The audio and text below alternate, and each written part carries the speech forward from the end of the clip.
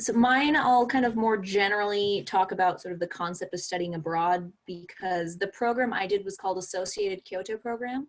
And there's only, I think this may have changed in the last 7 years, but at the time there were only about a dozen like small private schools that actually did this particular program. So it's the details are less transferable, but the general concept of study abroad still applies. So I've actually made 3 separate trips to Japan. So this was my very first study abroad experience. This picture back in 2008, I did a summer program through 4-H out of Crook County. And I stayed for 2 months with 2 different host families. So this was my first host sisters for my first family. And then these were my host sister and her younger sister on the left photo for my second family. So I've had a lot of experience living with like local community, which is a very, like doing a homestay study abroad experience is a very different experience from say staying in a dorm or an apartment or a ship cabin. So these 2 are from 2008. And then I went back and did my college 2-semester Associated Kyoto Program, which was based in Kyoto in 2013 to 2014. So this is my host family for that visit. You can see we did a traditional, I can't remember if it was New Year's or a holiday called Setsubun, but they do this bamboo, they cut a large slice of bamboo and flow noodles down it. And you grab it out of the noodles, out of the bamboo, out of the water. So through my college study abroad program, AKP, I also got to meet a lot of friends, and I had more classmates compared to my high school experience. And so here's just some pictures with my friend groups. The right one was a few members of our class were given the opportunity to be in a kimono fashion show. They wanted to highlight how Japanese fashion could be traditional. So I, in the middle, was wearing a traditional hakama style kimono, and my 2 classmates on the left and right were in more like modern stylings of kimonos. They wanted to show that it's accessible to non-Japanese people, and there's not just one right way to wear it. So you get a lot of unique experiences like that when you're staying in a place for a long time. So I've got just a sampler of photos showing kind of different things to think about when you're deciding what kind of program you want to do and where you want to take it. This is showing, these are all photos that I took during my time in Kyoto and some in Tokyo late when I went back to work after college, but showing the traditional culture. I think this one on the left is actually from Tokyo, not Kyoto. The one on the right is from Kyoto. The more modern culture. The one on the left is a holographic concert, or is a concert featuring a holographic lead singer. The right is Odaiba, which is a man-made island with a shopping center on it. And one of the things I really enjoy about Japan is you get these really dramatic mixes of, people like to say like old and new meat in Japan. So you've got this kind of traditional cuisine with like more sort of French influenced presentation. This is Osaka Castle with a LED illumination for Christmas time.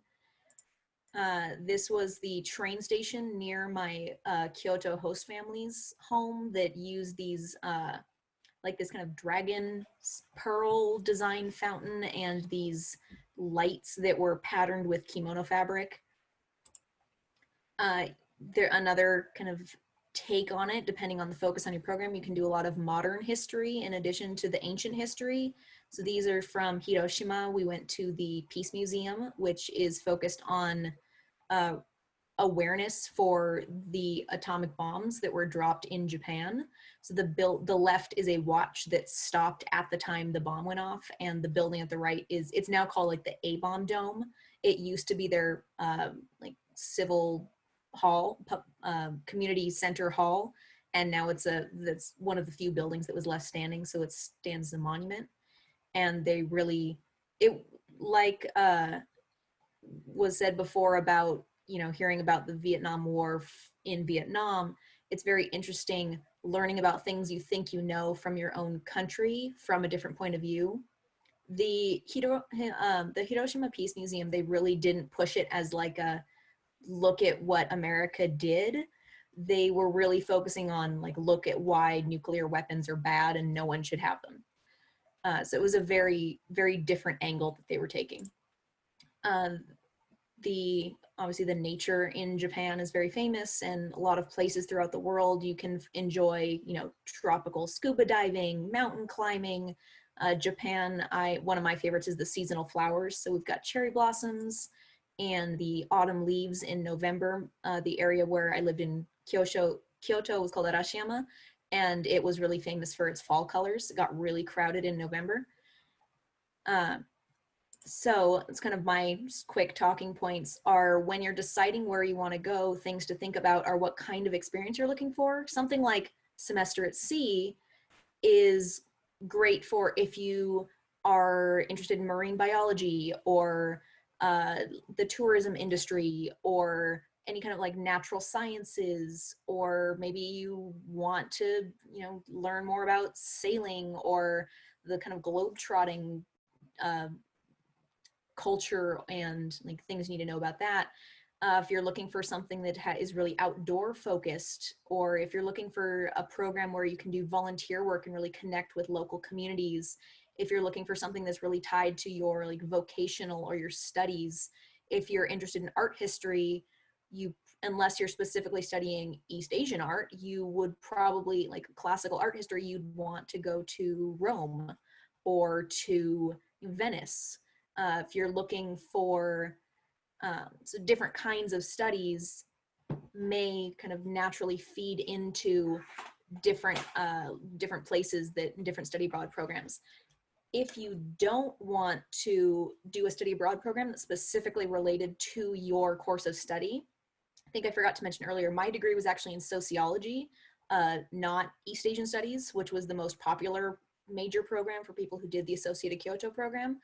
To make a full year-long study abroad program work with a non-East Asian studies degree, I had to plan ahead really carefully, make sure that I would get the right classes that transferred. I had to be planning from basically when I started so that I could make sure that I could get the specific requirements out of the way. I didn't leave anything until my junior year and then figure, okay, I need 3 more science credits. Too bad, you can't take 3 science classes on this program, therefore you can't do the program. So I had to plan ahead to make sure I could get my science credits out of the way before and after doing this program. If you're, you know, doing an art history course in Italy, or if you're doing a marine biology course at semester at sea, that's probably going to be less of a concern. But those are things you really need to think about when you're deciding if and when you want to do a study abroad program and which program is going to be right for you.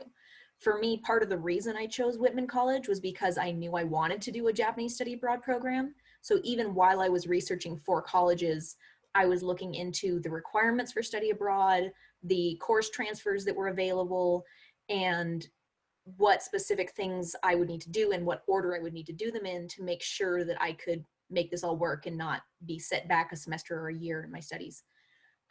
Another advice for that is specifically because Whitman College is one of the ones that is partnered with the Associated Kyoto Program, it wasn't as much of an issue. But if, for example, you're doing semester at sea and you're then having to worry about transferring credits from Colorado University, you have to make sure to, if someone says, yeah, this will totally count for your gen ed or your, you know, foreign language studies or whatever, make sure you have that documented so that you don't think that you have it all set up and then you come back and they say that, oh, I don't know who told you that, but no, that doesn't work. So, and that also applies for things like travel documents, your contact information. You need to know ahead of time what kinds of visas you need. Are you finding your own accommodations? Are you staying with a host family? Because then you'll need to be in contact with them and figure out what their rules are.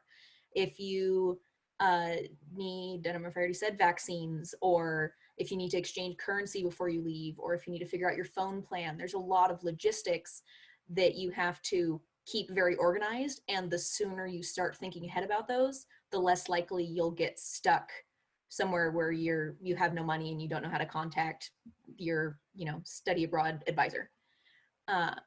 So those are kind of my points. I was trying to keep it sort of quick and focused on mine. So